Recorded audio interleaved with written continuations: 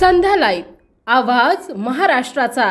नमस्कार, मी ऐश्वर्या। संध्या लाईव्ह मध्ये आपल्या सगळ्यांचं स्वागत। विधानसभा निवडणुका पारदर्शक पद्धतीने पार पाडल्या नाहीत अशी राज्यातील जनतेला शंका असल्यानेच विविध मार्गाने ईव्हीएम व निवडणूक आयोगाच्या कारभाराचा पंचनामा जनता करत आहे। सोलापूर जिल्ह्यातील मार्करवाडी ग्रामस्थांनी मतपत्रिकेद्वारे मतदान घेण्याची तयारी केली होती, पण पोलीस प्रशासनाने बळाचा वापर करून गावकऱ्यांना मतदान करू दिले नाही। मतदान प्रक्रियेत काही घोळ नाही तर मार्करवाडीत मतपत्रिकेद्वारे मतदान घ्यायला प्रशासन का घाबरले असा सवाल विचारत निवडणूक आयोगाचे बिंग फुटेल म्हणून गावकऱ्यांना मतपत्रिकेवर मतदान करू दिले नाही का असा हल्लाबोल महाराष्ट्र प्रदेश काँग्रेस कमिटीचे अध्यक्ष नाना पटोले यांनी केला आहे। या संदर्भात प्रतिक्रिया देताना काँग्रेस प्रदेशाध्यक्ष नाना पटोले म्हणाले की मार्करवाडीमध्ये प्रशासन अत्याचारी ब्रिटिशांप्रमाणे वागले,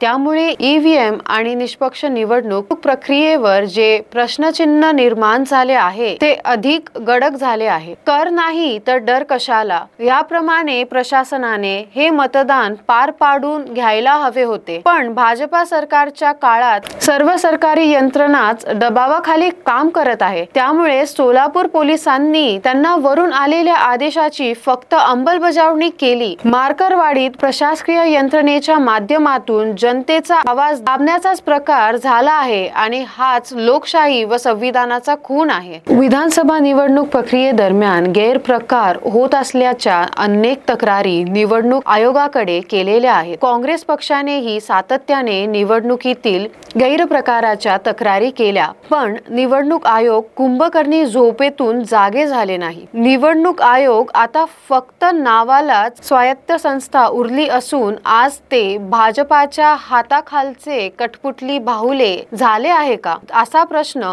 जनता विचारत आहे। मार्करवाडीच्या ग्रामस्थांनी लोकशाहीच्या रक्षणार्थ एका मोठ्या लढ्याची सुरुवात केली आहे। काँग्रेस पक्ष या लढाईत मार्करवाडीच्या ग्रामस्थांसोबत आहे। या लढ्याचे आगामी काळात मोठ्या युद्धात रूपांतर होऊन हुकुमशाही हरेल व लोकशाहीचाच विजय होईल असा विश्वास नाना पटोले यांनी व्यक्त केला। ताज्या आणि महत्त्वपूर्ण बातम्या पाहण्यासाठी आजच आमच्या संध्या लाईव्ह न्यूज चॅनलला यूट्यूबवर सबस्क्राईब करा आणि बेल आयकॉनला प्रेस करा।